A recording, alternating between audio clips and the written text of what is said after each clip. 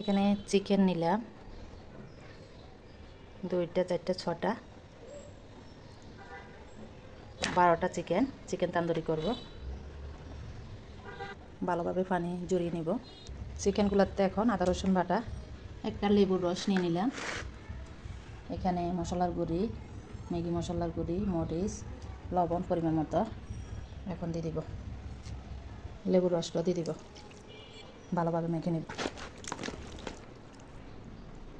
প্রতিটা চিকেনের ভিতরে মশলা যেন ঢুকে সেই জন্য ভালোভাবে মেখে নিতে হবে। আমি এই যে চিরি করে দিলাম, মাখানো হয়ে গেছে। এখন রেস্টে থাকবে এটা 1 ঘন্টার জন্য। যত বেশি ভিজানো হবে তত মশলা ঢুকবে ভিতরে। আমি 1 ঘন্টার জন্য দিব, 2 ঘন্টা রাখতে পারলে আরও ভালো।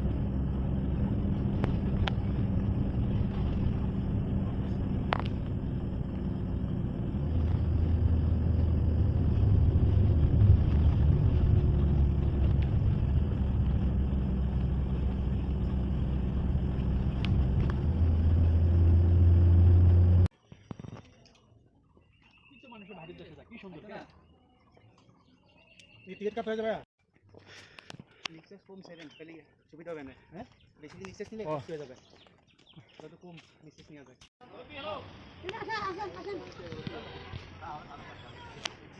আর কালা না কি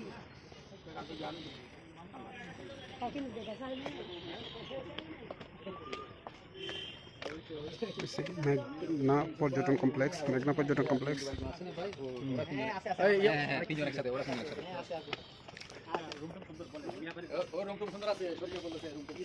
হ্যাঁ